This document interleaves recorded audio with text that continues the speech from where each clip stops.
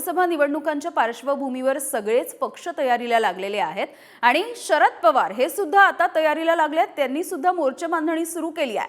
आगामी लोकसभा निवडणुकांच्या पार्श्वभूमीवर शरद पवार यांनी बैठकांचा धडाका लावलेला दिसून येतोय आणि शरद पवार हे आज शिरूर लोकसभा मतदारसंघामध्ये असतील आणि या शिरूर लोकसभा मतदारसंघाचा ते आढावा घेणार असल्याचं कळतंय।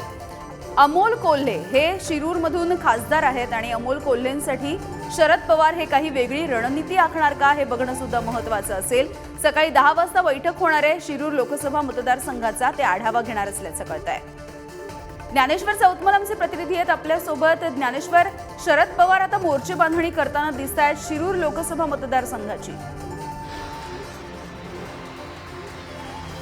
बरोबर, यापूर्वी बारामती लोकसभा मतदारसंघाचा शरद पवारांनी पुण्यात आढावा घेतलेला होता आणि आता आज शिरूर लोकसभा मतदारसंघाचा आढावा शरद पवार घेणार आहेत। अमोल कोल्हे यांना पुन्हा एकदा जिंकून आणण्यासाठी शरद पवारांचे हे सगळे प्रयत्न सुरू असल्याचं पाहायला मिळतं।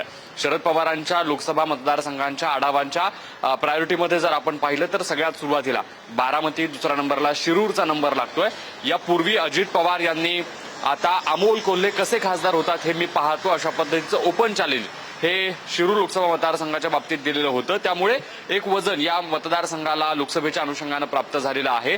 पाहावं लागणार आहे आज लोकसभा मतदारसंघातल्या वेगवेगळ्या विधानसभांचा शरद पवार आढावा घेत असताना किती मोठ्या संख्येनं जे समर्थक आहेत अमोल कोल्हेंचे ते या बैठकीसाठी हजर राहतात, काय नेमक्या सूचना शरद पवार कार्यकर्त्यांना देतात। अगदी धन्यवाद ज्ञानेश्वर या सगळ्या अपडेटसाठी।